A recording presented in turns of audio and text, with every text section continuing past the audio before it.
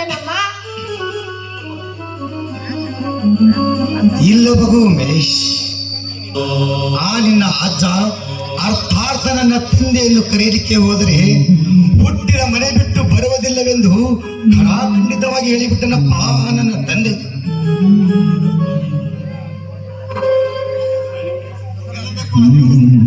ಎಲ್ಲದಕ್ಕೂ ಆ ದೇವರು ಇರಬೇಕು. ಎಲ್ಲದಕ್ಕೂ ಆ ದೇವರು ಇದ್ದಾನೆ. ನೀನು ಚಿಂತೆ ಮಾಡಬೇಕಂದ. ದೇವರು ಎಲ್ಲಿದ್ದಾನಮ್ಮ ನಿನ್ನ ದೇವರು? ಹಸಿವೆಯಾದ ನಿನ್ನ ಮೇಲೆ ಸಂಶಯದ ಗಾಳಿ ಬೀಸಿ ಜಗತ್ತನ್ನೇ ನೋಡದೆ ಏನೋ ಅಪವಾದ ಮಾಡದ ನನ್ನನ್ನು ಹಕ್ಕು ಇರುವ ಮನೆಯಿಂದಲೇ ಹೊರದಬ್ಬಿದ್ದನ್ನು ನೋಡುತ್ತಾ ಸುಮ್ಮನಿರುತ್ತಿದ್ದಾನೆ ನಮ್ಮ ನಿನ್ನ ದೇವರು.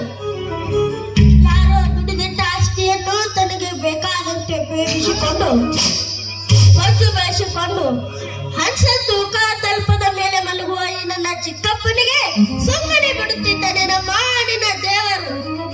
ನೋಡಮ್ಮ, ಶ್ರೀ ಶಿವಯೋಗಿ ಸಿದ್ದರಾಮೇಶ್ವರ ಮಧ್ಯದಲ್ಲಿರುವ ನಿನಗೆ ಹರಕಲು ಬಟ್ಟೆ, ಅವರಿಗೆ ರೇಷ್ಮೆ ಬಟ್ಟೆ.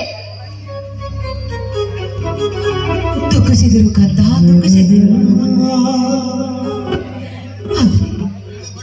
ಹರಿದ ಬಟ್ಟೆ ಎಷ್ಟು ಸುಂದರವಾಗಿ ಕಂಡಿದ್ದರು.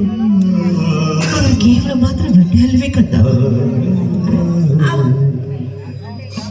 ಅಮ್ಮ, ಇಂಥ ಸಂಪ್ರದಾಯಗಳಿಗೆ ಕಟ್ಟು ಬಿದ್ದೆ. ಬೇರೆ ನಮ್ಮ ನೆಲದಲ್ಲಿ ಅನ್ಯಾಯ, ಅತ್ಯಾಚಾರ, ಲಂಚ ಗುಣಿತನಗಳು ಮನೆ ಮಾಡಿ ದೇಶದ ಮರ್ಯಾದೆಯನ್ನು ಹರಾಜಾಕುತ್ತಿರುವುದು. ಅಮ್ಮ, ಶ್ರೀಮಂತ ನೆನೆಸಿಕೊಂಡವರು ಪರ್ಯಂತ ಕಂಗೊಳಿಸುವ ಮಹಡಿಯ ಮೇಲೆ ನಿಂತು ಅಟ್ಟಹಾಸದಿಂದ ತಿಂದು ತೇಗಿ ಕೆಳಗೆ ಎಲೆಯಲ್ಲಿದ್ದ ಅನ್ನದ ಅಗುಳಿಗಾಗಿ ಹೋರಾಡಿ ಸಾಯುವ ಕರುಣಾಜನಕರ ಕತೆ ಕೇಳುವರು ಯಾರು ಇಲ್ಲವೇ?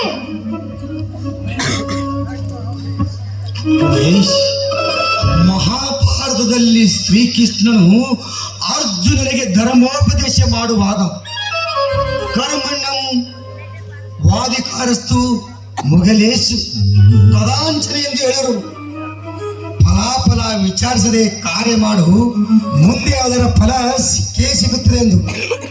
ಮತ್ತೊಂದು ಸಂದರ್ಭದಲ್ಲಿ ಶಂಭವಾಮಿ ಯುಗೆ ಯುಗೆ ಧರ್ಮಸ್ಸು, ಧರ್ಮ ನಶಿಸಿ ಅಧರ್ಮ ಹೆಚ್ಚಾದಾಗ ಧರ್ಮವನ್ನು ಉಳಿಸಲು ಯುವಕ್ಕೊಮ್ಮೆ ಶ್ರೀಕೃಷ್ಣನು ಮತ್ತೆ ಅವತರಿಸಿ ಬರುವನೆಂದು. ಶ್ರೀಕೃಷ್ಣನ ಮತ್ತೆ ಅವತರಿಸಬಲ್ಲನೆ ಚಿಕ್ಕಪ್ಪ? ಯಾಕಾಗಬಾರದು ಉಮೇಶ್? ಮಹಾಭಾರತದಲ್ಲಿ ಮಹಾತ್ಮ ಗಾಂಧಿ, ಡಾಕ್ಟರ್ ಅಂಬೇಡ್ಕರ್ ಇಂಥ ಮೊದಲಾದ ಮಹಾನಾಯಕರು ಸತ್ಯಕ್ಕಾಗಿ, ದೇಶದ ಸ್ವಾತಂತ್ರ್ಯಕ್ಕಾಗಿ ಹೋರಾಡಲಿಲ್ಲವೇ ಉಮೇಶ್?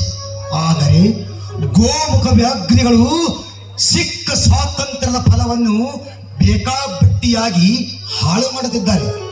ಉಮೇಶ್, ಶಾಲೆಯಿಂದ ಬಂದು ಬಹಳ ಹೊತ್ತಾಯ್ತು, ಮೊದಲು ಊಟ ಮಾಡಿದಂತೆ ನಡೆ ಉಮೇಶ್.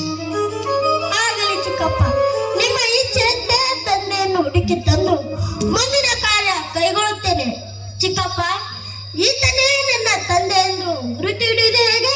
ಉಮೇಶ್, ಮೊದಲು ಊಟ ಮಾಡಿದಂತೆ ಆಮೇಲೆ ಎಲ್ಲಾ ಸವಿಸ್ತಾರವನ್ನು ಹೇಳುತ್ತೇನೆ. ನಡೆ ಉಮೇಶ್.